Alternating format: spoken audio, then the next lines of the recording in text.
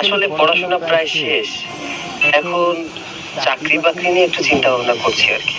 আমিও চিন্তায় আছি, কবে যে তোর একটা ভালো চাকরি হইব, আমিও ঘরে একটা লাল টুকটুকা বউ আনবো। মা,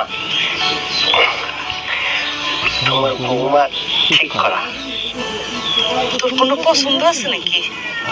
পছন্দ করি, বাট তোমাকে এই বিষয়ে পরে বলবো, কেমন? তা মেয়েটার একদিন নিয়ে আয় না, দেখি।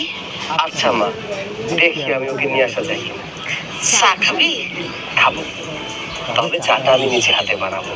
তুমি সারাটা জীবন আমাকে চা বানিয়ে খাইয়েছো, অনেক কষ্ট করে এসেছো। তুমি বসো, আমি তোমার জন্য চা বানিয়ে নিয়ে আসি। তোর যা খুশি তাই কর। আচ্ছা তুমি বসে বানিয়ে নিয়ে আসি।